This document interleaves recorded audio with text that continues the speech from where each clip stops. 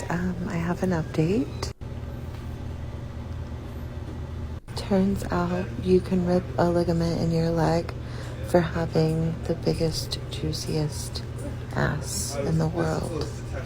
So she goes on Besties. to say, you can rip a ligament in your leg, tear a ligament in your knee by having the biggest, juiciest butt in the world, right? Alrighty, welcome back to the channel. Thank you so much for clicking on today's video. Today we are going to be talking about Tess Holiday, who we actually haven't talked about in a couple of months now.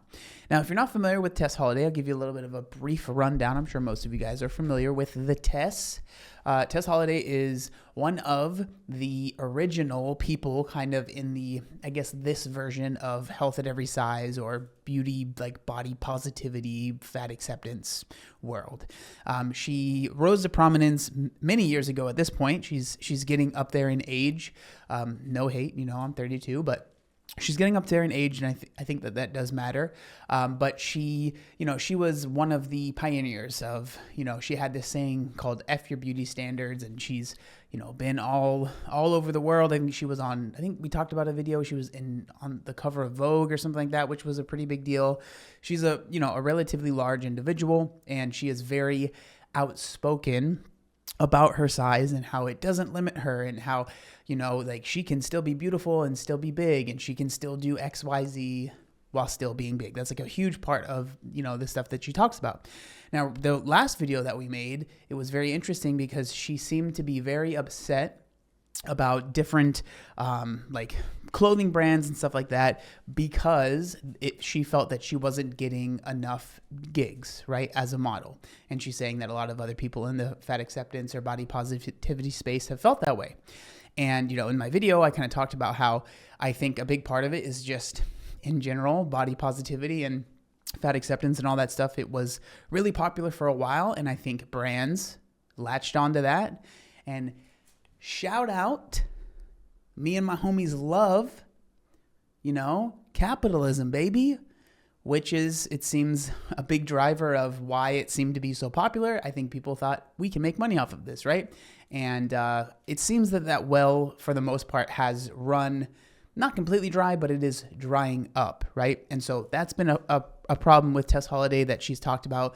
But I think another thing that I don't think she really mentioned, but I think that it's worth mentioning, is, like I said, she is getting up there in age. So as a model, you're usually a model for a specific number of years, and then your time kind of comes, and then you move on, right? And so I'm not saying that that's right or wrong, but that seems to be the case. Even if you're a quote unquote straight size model, or you're one of those rail thin models, most of them aren't sticking around, when they're in their late 30s, 40s, 50s, right? And so Tess Holiday, I think, has been struggling with that fact, and especially with the fact that, she is larger. And so obviously, she's been struggling with the fact that not as many people want her to model for them.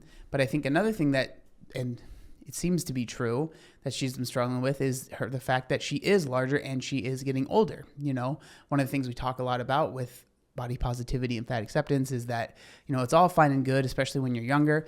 But as you get older, time and time again, we've seen, your body starts to be like, yo, I need some more help here. Like the things that you were doing when you were 20, whatever years old, now that you're in your 30s or maybe even 40s, your boy needs help, or your girl needs help, or whatever, I need help, right? And so your body starts kind of giving you signs, I guess we'll call it. And it seems that that's kind of happened recently with Tess, based on a few TikToks that she have shared. So we are going to be going over these TikToks, and I want to kind of share my opinion. And so this first TikTok that we are going to be going over is right here. And it's strange the way that she has structured this, right? So as you can see, she has this TikTok that is titled, "What's in my gym bag," or "What's in my bag ER edition." And so she is talking about all the things that she is bringing to the ER. But she hasn't really said what exactly is going on, which we will get into. But let's go ahead and play a little bit of this video just so you guys can kind of see what I'm talking about here.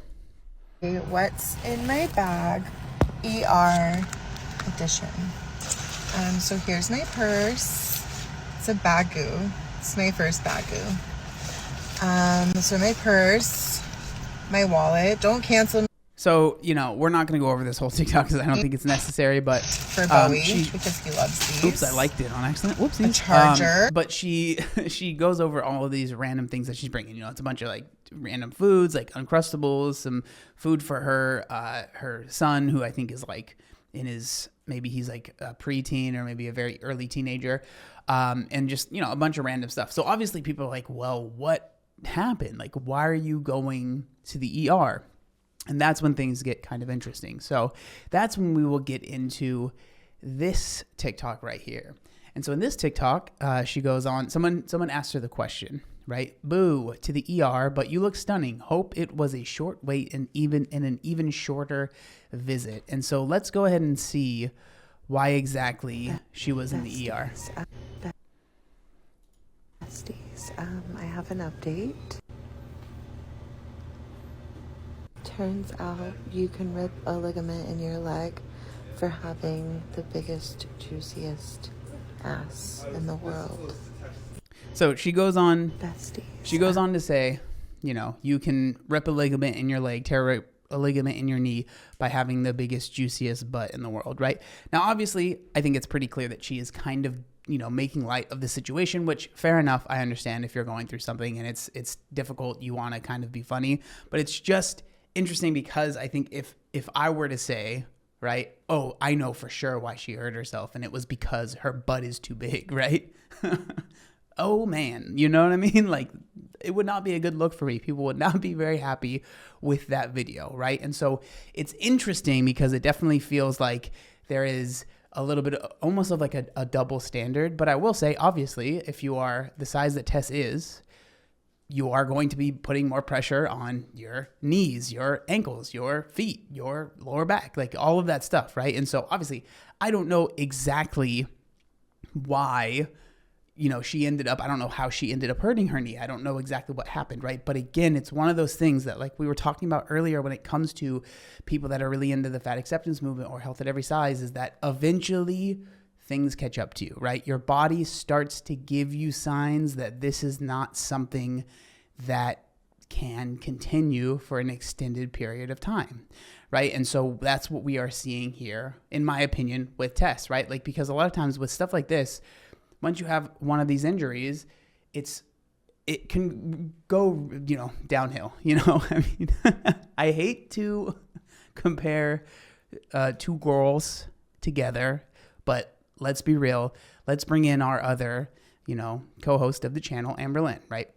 When we think about the times that she has hurt herself, you know, the dangling ankle and, you know, the fear that she had of that causing her to be bedbound, because she's talked about the fact that she was bedbound, right? And that was a horrible time for her. I know there's a lot of stuff going on with that. Maybe we'll get into it in a video, but right now we're trying to focus on Tess Holiday, right? And so that caused her a genuine fear, right? Because that one relatively minor injury made it so she could not move, and then a lot of your autonomy and the things that you can do for yourself end up getting limited, right?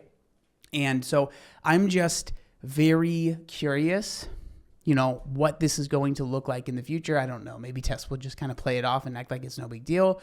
Maybe it'll be a turning point. I really doubt that, but, you know, again, you never really know. The next video that I wanted to talk about is not super related, but I think there is some threads that kind of, you know, tie these things together. And this is a TikTok where Tess is going over a skincare routine. Again, the video is very tongue-in-cheek. She's making a lot of jokes and stuff like that. But it's interesting looking at if you look at a lot of the comments on this video. But let's go ahead and let's actually play this video. A soft girl era. Yes. Washing away my worries, my bad decisions, my stress, and apparently drowning in the process. It's okay though, because Pacifica's Hydro Dew Slime is basically hydration in a jar. And thank God it's packed with hyaluronic acid and not actual snail slime, because I'm not about that life. Final step, locking in the hydration and getting that glow. And apparently locking in my last ounce of patience. I love affordable skincare that makes me glow even with zero me time. Welcome. So it's interesting, right? Because, you know, it's an ad for this whatever skincare product, whatever, right? And then I'm you know, I don't have any kids, and so, you know, take whatever I say here with a grain of salt. But I think I don't know, it's always bizarre to me when people that are parents like will make their kids part of their content, but the way that they shared, one, I don't think you should make your kids part of your content at all, but whatever. But when they do, it's almost like they're annoyed with the kid. I don't know. It's bizarre. Who knows how real it is, right? It could have been all kind of played up for whatever. But a lot of the comments on this video were, not the nicest, can you have a Diet Girl arrow? Put the fork down. Y'all are too confident behind the screen.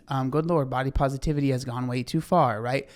And so it's, fit girl era equals never. So a lot of very negative response. And then, compared to a lot of her other stuff, because, with Tess, she has been popular, and so she has quite the following, but sadly, especially with TikTok, that following a lot of times doesn't really show up, right? So you could have a few million followers, but you end up getting a TikTok that has like, a few thousand views and maybe not even a few hundred likes. Like it can be kind of like a ghost town sometimes.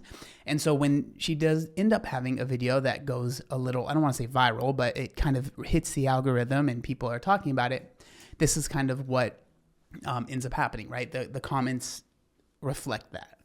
And with that, we have this video where she is responding, and I think that this personally is the most interesting video out of everything that we've shared, responding to some of those comments. And it's the mindset that we hear in this video that I think is incredibly interesting. And so she is responding to this message that says, can we normalize wearing clothes in TikTok videos? And she's responding to that as well as all the other comments that we kind of read, right?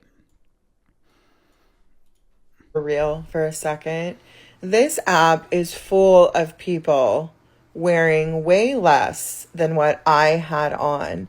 This video has now reached over 1 million views. So she says there that this video is full of people that have less than what she has on, right? Which, I mean, yeah, I would agree with that, but I think that there are still those types of comments, especially when, like, if someone is putting up a sponsored video, sponsored post that's about skincare and they're wearing the clothes that Tess was wearing, I think if that woman wasn't plus size, they would guard people like, why are you wearing that for a skincare video, right? Like, I think that's more what people are thinking, because I've seen, obviously my algorithm is not full of people doing skincare videos, but a lot of times they are, I would say every time, I don't think I've ever seen them in a bra that is that low cut, right? And so, again, I think the thing with Tess, and I think that what bothers people and what annoys is that everything ends up being because I'm fat, right? Any sort of like criticism, any sort of like, hey, well, this is a little weird. Oh, it's because I'm fat. You wouldn't say this about someone else. You wouldn't say this about this person. You wouldn't say this about this person, right? It's because I'm fat. That's the only reason that it matters, right? And I just don't agree with that. And I think that that's one of the biggest, it's what separates someone just being big on the internet versus someone like Tess or someone like J-Bay or someone, you know what I mean? Like the people, there's one thing of just being big on the internet and existing that, sometimes people can be mean about that. That's fair, right? But then there's another level when you turn your size and like, that's the entire reason it feels that you are online, right? There are two very different types of people. And I feel like Tess, J-Bay, Virgitovar, people like that, they fall into the category of the only reason I am on the internet is because I am big, versus I am big, but I also want to be on the internet. You know what I mean? Those are two very different things. All right, let's continue this video. And I would say 90% of the comments are commenting on my weight. But also thank you so much for the views, because it's actually a sponsored post with one of my favorite skincare brands. So thank you for that. But the issue really comes down to that all of you guys are fat phobic. And I'm sure most of you guys know that, but no one would be saying the things that you guys are so comfortable saying in my comments if it weren't for my size. That's really all it is. I don't think that it's just the size, right? I think the size plays a role. I think saying like no one's saying stuff about your size would be silly, but I think it's more this is a sponsored post about skincare and you are basically naked. You know, that's what I think more people are just like, what is the reason for this, right? Like, I can understand being like, this is unnecessary. Like, what is the point of this? You know, that's what I think most of the backlash is coming from.